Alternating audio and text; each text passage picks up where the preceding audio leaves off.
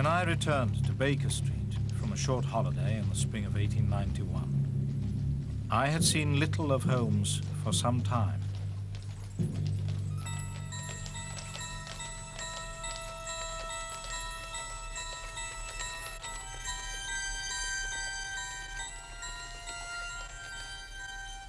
I saw in the papers that he had been engaged by the French government upon a matter of supreme importance, but I could hardly foresee that it would have so violent a consequence.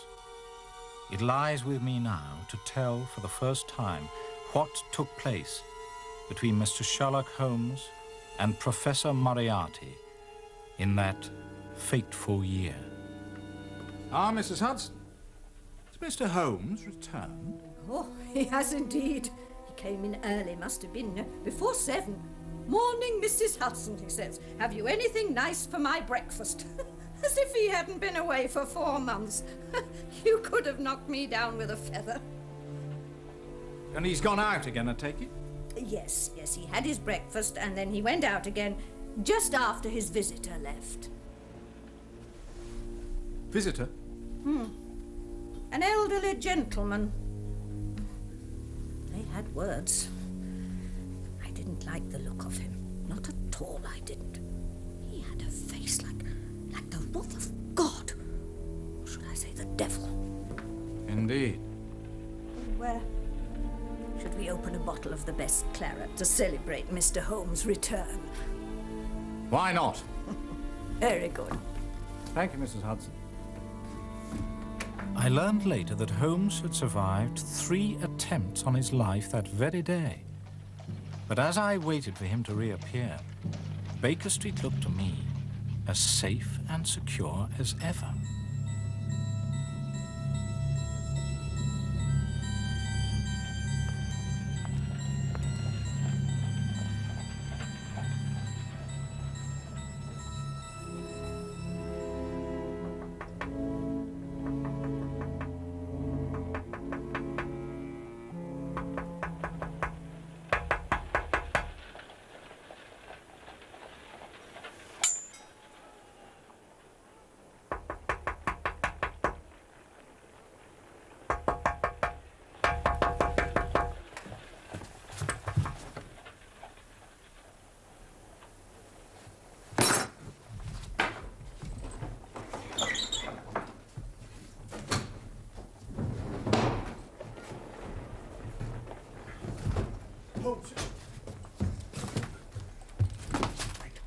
Wait.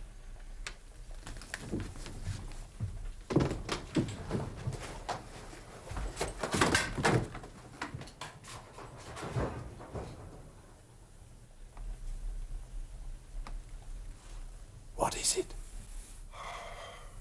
Air guns. A rather special air gun, in fact. Watson, would you have any objection to drawing the blinds, casually, as if you were alone in this room?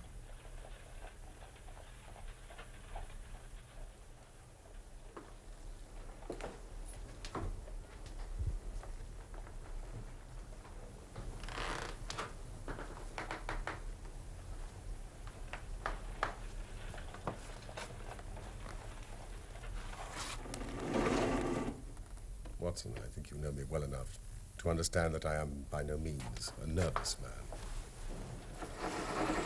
But it is stupidity rather than courage to refuse to recognize danger when it is close upon you.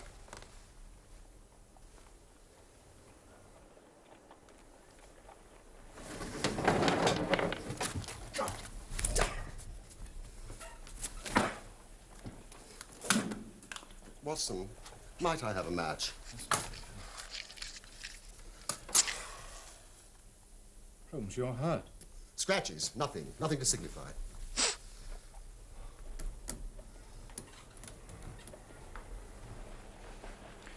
You don't look well, Holmes. Well, I have been using myself rather too freely. I have been somewhat pressed of late.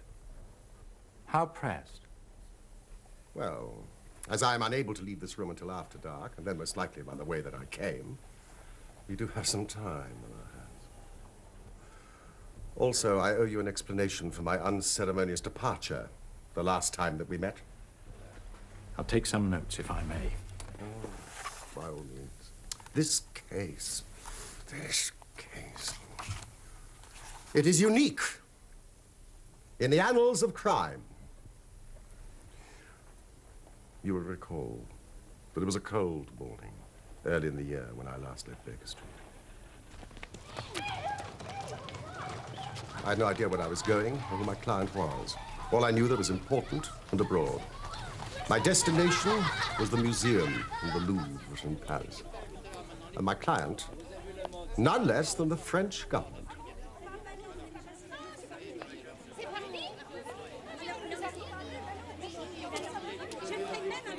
Surely this Palais du Louvre is near to the very heart of France. It was here that the great Roi Soleil held court, and here that Napoleon Bonaparte was married to the Archduchess Marie-Louise of Austria. Indeed, it is a history lesson in stone. And now this gallery contains our finest paintings. Gentlemen, shall we come to the point? I presume the Mona Lisa has been stolen. Qui le lui a dit? Je vous assure, Monsieur le Ministre, je n'ai absolument rien dit. When I see two hooks and the place where the Mona Lisa used to hang, and then this talk of peril and scandal.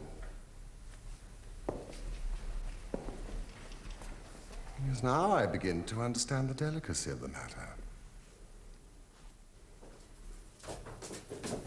The Louvre is closed on Mondays for maintenance.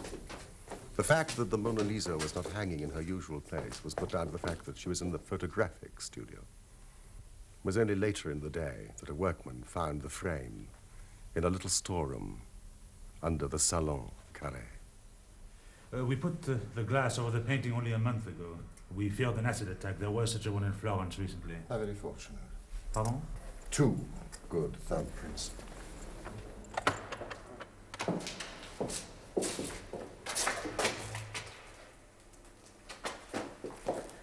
Many artists come here to make copies of the paintings.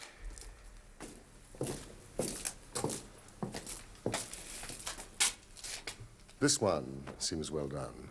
Yes, that artist is particularly clever and makes a good living from his copying.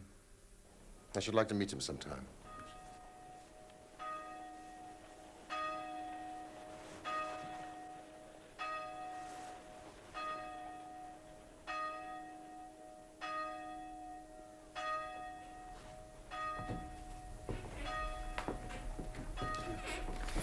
To make a bad copy is very easy, but a good one, it takes years of practice.